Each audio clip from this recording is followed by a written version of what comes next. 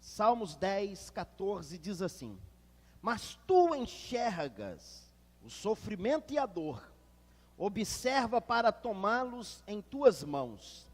A vítima deles entrega-se a ti, e tu és o protetor do órfão. Mas tu enxergas o sofrimento e a dor. Quando nós fazemos essa pergunta, onde estava Deus quando aconteceu tudo isso comigo? Nós precisamos entender algumas coisas.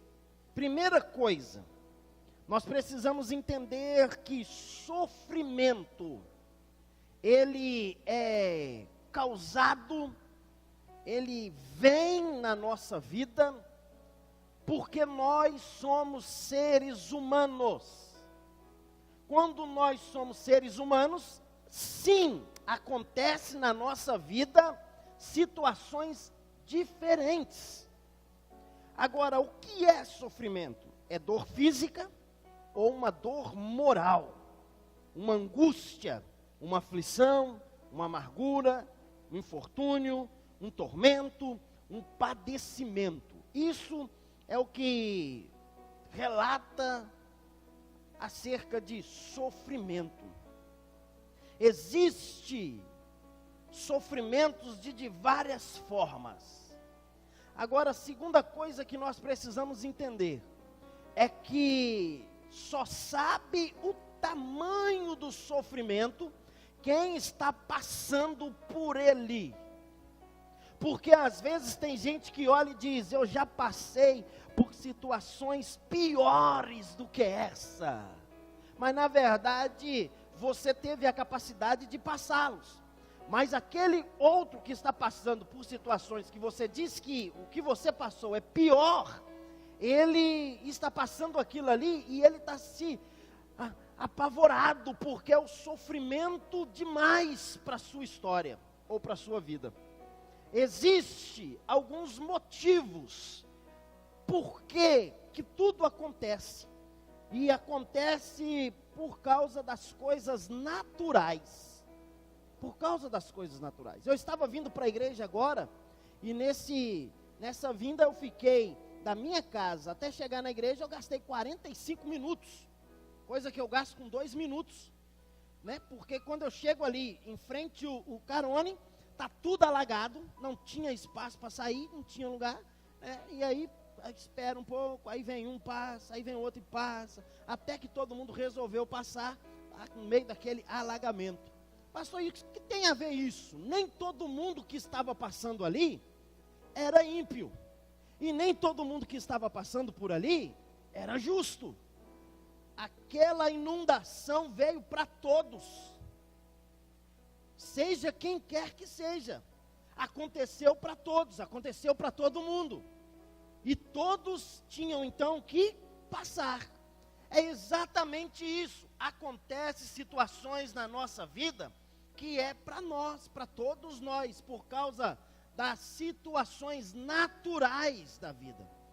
Agora, a segunda coisa que acontece, é que nós precisamos entender, que eu e você, sofremos, passamos por problemas, porque nós não somos maiores do que Jesus. E Jesus padeceu, e Jesus sofreu. Mateus capítulo 10, versículo 24. Não é o discípulo mais do que o mestre, nem o servo mais do que o seu Senhor. Não é o discípulo mais do que o mestre. Então, se não é maior, significa que passamos pelo mesmo processo de que Jesus passou. E aí, em terceiro lugar, nós passamos por situações por causa do nome de Jesus. O nome de Jesus nos faz, em muitas vezes, passar por aflições. Agora, tome muito cuidado, tem muita gente dizendo: pastor, eu estou sofrendo por causa do nome de Jesus, porque eu sou crente. Na verdade, não é porque você é crente, é porque você é chato demais. Não é verdade? Tem gente dizendo, pastor, não, é porque agora eu sou crente, e aí, pastor, me desculpa, mas ninguém me compreende mais. Não, meu irmão, é porque a gente pensa que a gente é melhor do que todo mundo. A gente pensa que a gente é mais santo do que todo mundo. A gente pensa que a gente não erra. A gente pensa que quando a gente vê alguém que errou, a gente é os primeiros a condenar, aonde Jesus disse que nós não temos direito de condenar. E quando começa o sofrimento na nossa vida, aí a gente pensa o seguinte, por que acontece isso comigo? A Bíblia diz que a gente sofre por causa do nome de Jesus. Não, por causa do nome de Jesus nós sofremos. Mas existem momentos que estamos sofrendo porque a gente está servindo Jesus, mas a gente está fazendo as coisas de forma errada. E a gente é chato. A gente coloca o som na maior altura e quer que os vizinhos amem a gente. Eles não vão amar, irmão. É verdade ou não é? A gente começa o culto na igreja 7:30 da noite, acaba 11 horas da noite, e a gente quer que os vizinhos aplaudem a gente. Eles não vão aplaudir. Estou falando besteira aqui, gente? A gente quer que os vizinhos sejam crentes da igreja, mas a gente passa perto deles e a gente não fala nem bom dia nem boa noite. E por que não dizer, até mesmo dentro da igreja, com os irmãos que já estão na igreja? A gente é todo o contrário. A gente é tudo o oposto. E aí a gente está dizendo, estou sofrendo por causa do nome de Jesus. Não, irmão. O camarada não era cristão, aí ele passou a ser cristão. Aí agora ele não vai mais nas festas da família, porque na festa da família tem bebida. E daí que tem bebida lá, irmão? Você é luz, onde você chega, você é luz. Chega lá. Eu conheço muita gente que diz, eu não vou mais. Não vou mais, porque lá só é uma bebedeira danada, e não sei o que. Eu não vou, pastor, eu não vou. Não me compactuo com os meus parentes mais. Aí não adianta orar, irmão, para os parentes se converter. Ele não vai converter nunca. Nunca. Existem algumas razões porque Deus permite as coisas acontecerem. Uma delas é que Deus quer fazer com que a gente seja mais humilde. A história desse filme roda tudo em cima desse homem para fazer com que ele seja humilde, para que ele reconheça que ele estava errado. A história toda. A segunda coisa é para que a nossa fé seja aumentada. A nossa fé aumenta quando nós ouvimos a palavra, mas a nossa fé aumenta quando nós, em alguma das vezes, passamos por situações e lá na frente a gente sai vitorioso e a gente olha e diz, foi Deus que fez, foi Deus que realizou, foi Deus que fez na minha vida. Agora, se a nossa vida está, por causa do sofrimento, bagunçada, cheia de problemas, a gente tem uma fórmula de poder arrumar tudo isso. Primeira coisa que a gente tem a fórmula de poder arrumar é a gente permanecer em Cristo. João capítulo 15, a Bíblia diz, eu sou a videira, vocês são os ramos. Quem está unido comigo e eu com ele, esse dá muito fruto, porque sem mim nada podeis fazer. Sem mim nada podeis fazer. Para poder arrumar toda a nossa história, a gente precisa continuar firmado em Jesus. Segunda coisa, a gente precisa desabafar com Deus. A história do filme diz que quando ele desabafa, quando ele fala, as coisas começam a acontecer na sua história. A gente precisa desabafar com Deus. Jeremias capítulo 4, 19 diz: na minha angústia, eu me contorço de dor. Ó paredes do meu coração dispara dentro de mim, não posso ficar calado. A gente precisa desabafar com Deus. A gente precisa ter uma perspectiva de uma vida melhor. A gente precisa ter. Apocalipse 21, versículo 24 diz: e Ele enxugará dos nossos olhos toda lágrima. Não haverá mais morte, não haverá tristeza, nem choro, nem pranto, nem ranger de dentes. A gente precisa ter a certeza de que as coisas estão se encaixando. E em último lugar, a gente precisa ser cheio de esperança. A gente precisa ter esperança no coração. Se a gente não tiver esperança, a nossa história, a nossa vida é sempre a mesma. Entra ano e sai ano, somos os mesmos. Entra dias e sai dias, somos os mesmos. A nossa história não muda. A gente continua do mesmo jeito. Porque não há esperança no nosso coração. Paulo era um homem cheio de esperança. Meio ao sofrimento ele tinha esperança. Eu pergunto, como vai a sua esperança?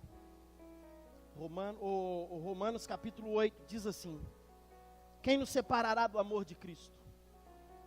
A tribulação, a angústia, a perseguição, a fome, a nudez, o perigo, a espada.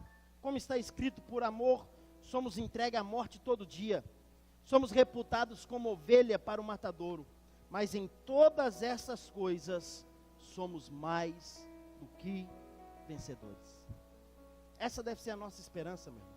A esperança de sermos mais do que vencedores. Essa deve ser a minha esperança.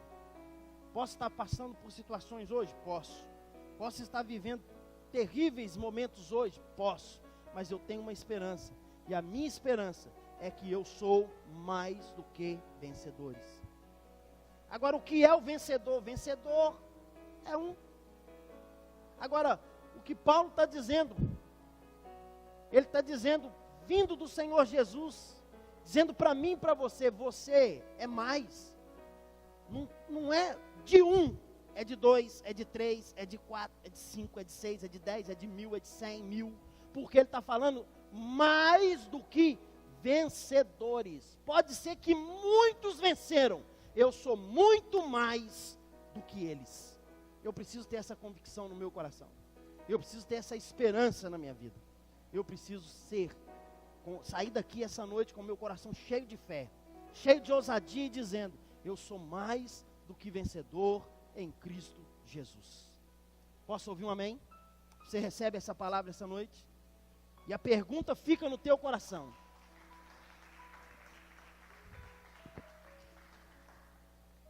E a pergunta que fica no teu coração, e que eu quero que você pense muito: o que eu estou fazendo? O que eu estou fazendo? Qual é a minha missão? O que eu estou realizando? Será que Jesus te chamou para vir sentar, ouvir e ir embora? Será que Ele te chamou para vir, ser cheio do Espírito Santo e ir embora? De que adianta ser cheio hoje, se amanhã lá fora ninguém está sabendo que eu fui cheio? De que adianta ter conhecimento hoje, se amanhã lá fora ninguém vai experimentar o conhecimento que eu tenho? Por que você estuda? Por que você procurou a sua profissão? Por que você mostra para a sociedade e para todos que você tem capacidade de fazer muitas coisas? Porque a gente se profissionalizou e a gente quer mostrar tudo isso. Mas a gente aprende tanto da palavra. E aqui não tem leigo da Bíblia, irmão. Todos nós somos conhecedores. Eu não falei nada novo aqui para você. Todos nós sabemos de tudo. A gente sabe, a gente está careca de saber. A gente está careca de saber o que a gente tem que fazer. Mas a gente continua do mesmo jeito. Só preste atenção. Salomão, o homem mais sábio, ele diz: o que é, já foi. O que há de ser, também já foi. Mas Deus pede conta do que passou. Vai chegar uma hora que nós vamos ter que apresentar diante de Deus. E uma das ordens de Deus na velha aliança era: ninguém se apresente a mim de mãos vazias. Na nova aliança, essa ordem só mudou de fala, ela continua valendo. Porque essa ordem foi dada por Jesus. Ide por todo o mundo, pregai o evangelho, fazei discípulos. Fazer discípulos está dizendo: quando você vir a mim, você não está de mãos vazias. O que nós precisamos é só acordar. A gente precisa acordar. A gente precisa ligar a tomada e dizer: Deus, eis-me aqui, usa a minha vida para que eu possa ser melhor. Amém? Fique em pé no seu lugar. Vamos orar? Você pode colocar sua mão no seu coração? Pai, eu quero entregar a vida dos meus irmãos ao Senhor. Deus, essa noite nós viemos a essa casa para ouvir a Tua voz. Deus, desperta o nosso coração. Deus, todos nós que estamos aqui sabemos muito bem tudo aquilo que a gente precisa realizar. Cada um de nós temos a nossa certeza, a nossa convicção de tudo que precisamos fazer. Por isso, ó Deus, no nome de Jesus, usa a nossa vida. Ó Deus, que nós possamos ser instrumentos do Senhor. Ó Deus, oxalá que o Senhor nos desse experiências, como o Senhor deu experiência tão grande para o Fábio, que numa cidade tão distante da sua, foi despertado por um homem, depois foi se envolver na sua própria cidade, e com pessoas que faziam parte antigamente com ele, e outros novos, e eles conseguiram realizar tantas coisas. Ó Deus, desperta vidas aqui. Ó Deus, levanta homens e mulheres dentro dessa casa, para realmente, ó Deus, entender o chamado do Senhor. Para realmente entender, ó Deus, que é muito mais do que vir aqui.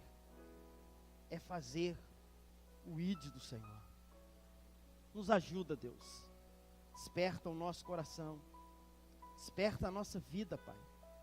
Para que a cada dia a gente possa avançar e crescer. Para que a cada dia a gente possa ser uma igreja relevante. Ó Deus, não traga crescimento para sermos inchados, mas traga crescimentos para sermos trabalhadores da Tua palavra e do Teu Evangelho. Ó Deus, desperta. A Tua palavra diz que a gente precisava orar e pedir ao dono da seara que mandasse trabalhadores. Porque o Senhor mesmo, como dono dessa seara, o Senhor sabe o quão é difícil apresentar trabalhadores. Eu quero colocá-los diante do Senhor, cada um que está aqui essa noite.